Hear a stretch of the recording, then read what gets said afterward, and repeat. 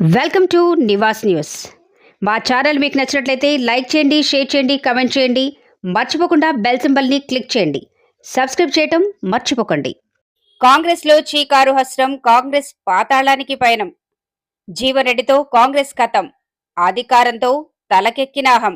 Peddapalli Nivas news. సీనియర్లను అభిమానులను పాతాళానికి తొక్కిన వైనం. టికెట్లతో మోసపూరిత కుట్రలు చేసే కాంగ్రెస్ కుటీలం. ప్రజల్లో రోజురోజుకి ప్రజాపాలన పటుత్వం కోల్పోతున్న ప్రభుత్వం. కేసీఆర్ లాగా ఏకఛత్రాధిపత్యం కోసం తాపత్రయపడుతున్న కరచాలం. ఇప్పటికైనా కాంగ్రెస్ మేల్కోకపోతే స్థానిక సంస్థల్లో శూన్యం. స్థానిక సంస్థల్లో 3వ స్థానానికి పడిపోతుందని ప్రజలు గరం. నిన్న జరిగిన పార్లమెంట్ ఎన్నికల్లో 7 స్థానాలకే పరిమితమైన హస్తం. కాంగ్రెస్ తెలంగాణలో అధికారం చేపట్టిన భయం గుప్పెట్లో జీవనం. ప్రజల్లోనూ కాంగ్రెస్ పై వ్యతిరేకత వచ్చిందని తెలిసే కారు నేతలకు గాలం కాంగ్రెస్ నుండి ఇంకా హేమాహేమిళ్లను పంపించే దిశగా అడుగులు వేస్తుందని విశ్వసనీయ సమాచారం.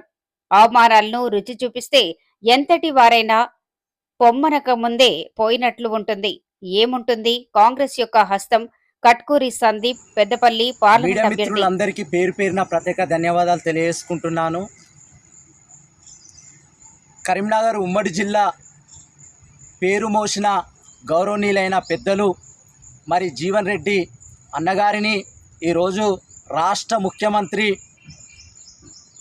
మరి బాధ పెట్టే దిశగా మరి ఈరోజు జీవన్ రెడ్డి గారిని మోసం చేసిండు ఈ రాష్ట్ర ముఖ్యమంత్రి. జగిత్యాల నియోజకవర్గం అక్కడ కాంగ్రెస్ పార్టీ సీనియర్ లీడర్ అయిన జీవన్ రెడ్డి అన్నగారికి తెలియకుంటేనే మరి టీఆర్ఎస్ పార్టీ అవినీతి పాలకుణ్ణి మరి సంజయ్ కుమార్ గారిని కాంగ్రెస్ పార్టీలకు పిలిపించుకుని మరి కాంగ్రెస్ పార్టీలో జాయిన్ చేసుకుని కండువ కప్పిన ఈ రాష్ట్ర ముఖ్యమంత్రికి కానీ మరి ఈ పొంగులేటి శ్రీనివాసరెడ్డికి కానీ ఈ జూపాకకు కానీ మరి ఈ మల్లు బట్టి విక్రమార్కకు కానీ కనీసం ఆలోచన విధానం ఉన్నదా లేదా అనేది నేను ఈరోజు మరి అడుగుతున్నాను. తెలంగాణ రాష్ట్రం కోసం ఉద్యమం చేసిన బిడ్డ జీవన్ రెడ్డి అన్న. అలాంటి జీవన్ రెడ్డి అన్న కాంగ్రెస్ పార్టీకే ఒక పెద్ద దిక్కు. కాంగ్రెస్ పార్టీ అధికారంలో లేనప్పుడు కూడా కష్టకాలంలో కూడా కాంగ్రెస్ పార్టీని అధికారంలోకి తీసుకొచ్చుకునే దిశగా మరి పనిచేసిన అన్న జీవన్ రెడ్డి అన్నగారిని ఈరోజు ఈ పసుపు వాసన ఊసొచ్చిన ఈ రాష్ట్ర ముఖ్యమంత్రి ఈ రేవంత్ రెడ్డికి కనీసం సిగ్గుండాలని చెప్పి నేను ఈరోజు అడగడం జరుగుతుంది. ఈరోజు కాంగ్రెస్ పార్టీని పాతాళానికి తొక్కే దిశగా నువ్వు అడుగులేస్తూ మరి నువ్వు ముందుకెళ్తున్నావు రేవంత్ రెడ్డి గారు. దాన్ని నువ్వు గ్రహించుకో. ఒక రాష్ట్రానికి ముఖ్యమంత్రివి నువ్వు. ఆనాడు కూడా తెలంగాణ రాష్ట్ర ముఖ్యమంత్రిగా బాధ్యతలు చేపట్టిన రోజుల్లో నువ్వు అప్పుడు కూడా ఒకటి మరి నీకు ఆలోచన విధానం ఉందా లేదా అనేది కూడా మాకు అర్థం కావటం లేదు. అధికారం చేపట్టిన వెంటనే రాష్ట్రానికి ముఖ్యమంత్రి అయిన వెంటనే నువ్వు ఒక్కటే అన్నావు, లంక బింద కాలైంది, మరి లంక బిందెలో ఏం లేవు అని చెప్పి ఆనాడు నువ్వు మాట్లాడడం జరిగింది. అంటే నువ్వు లంక బిందెల కోసం ఆశపడి వచ్చిన ముఖ్యమంత్రి అని చెప్పి తెలంగాణ రాష్ట్ర ప్రజలకు అర్థమయ్యే దిశగా నువ్వు మాట్లాడడం జరిగింది. తెలంగాణ రాష్ట్ర ప్రజలారా, మిమ్మల్ని నేను మనస్ఫూర్తిగా ఒకటే కోరుకుంటున్నా.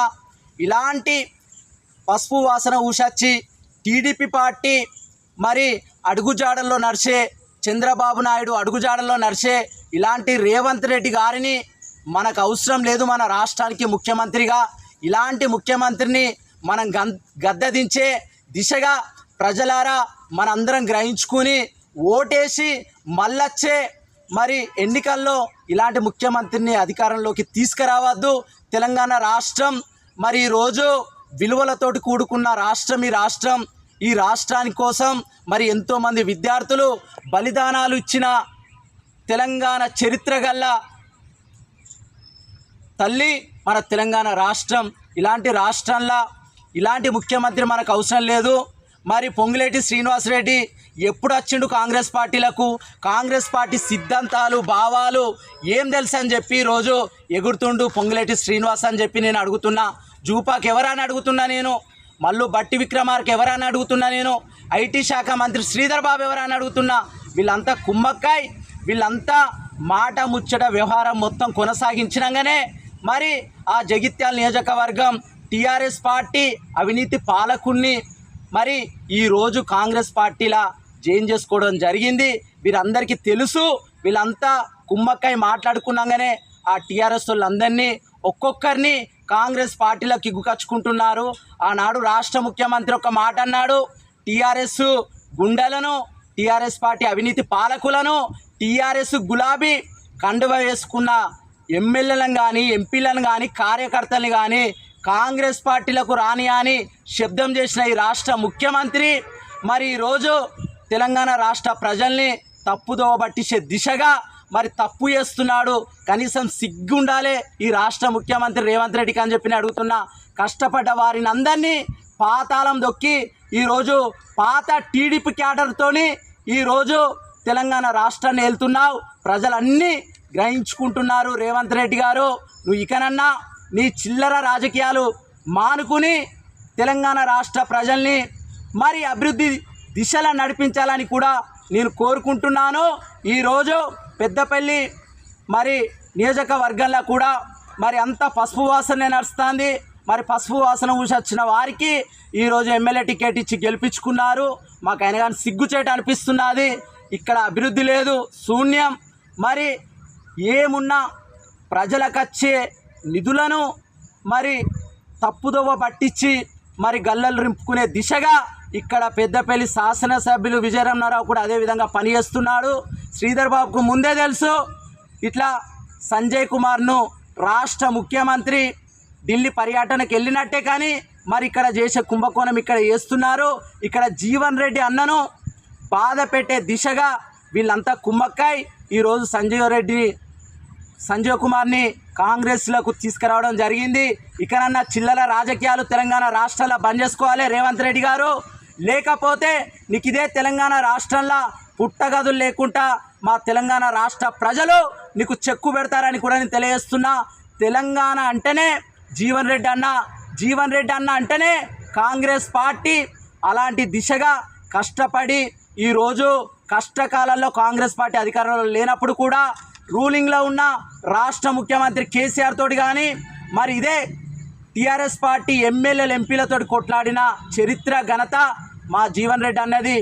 దళితులకు అండగా ఉండేది మా తెలంగాణ రాష్ట్రంలో ఇదే కాంగ్రెస్ పార్టీలా జీవన్ రెడ్డి అన్న అని చెప్తున్నా. ఈరోజు దళితులకు అండగా ఉన్నది జీవన్ రెడ్డి అన్నను ఈరోజు బాధ పెట్టే దిశగా ఈ కాంగ్రెస్ కుట్రబో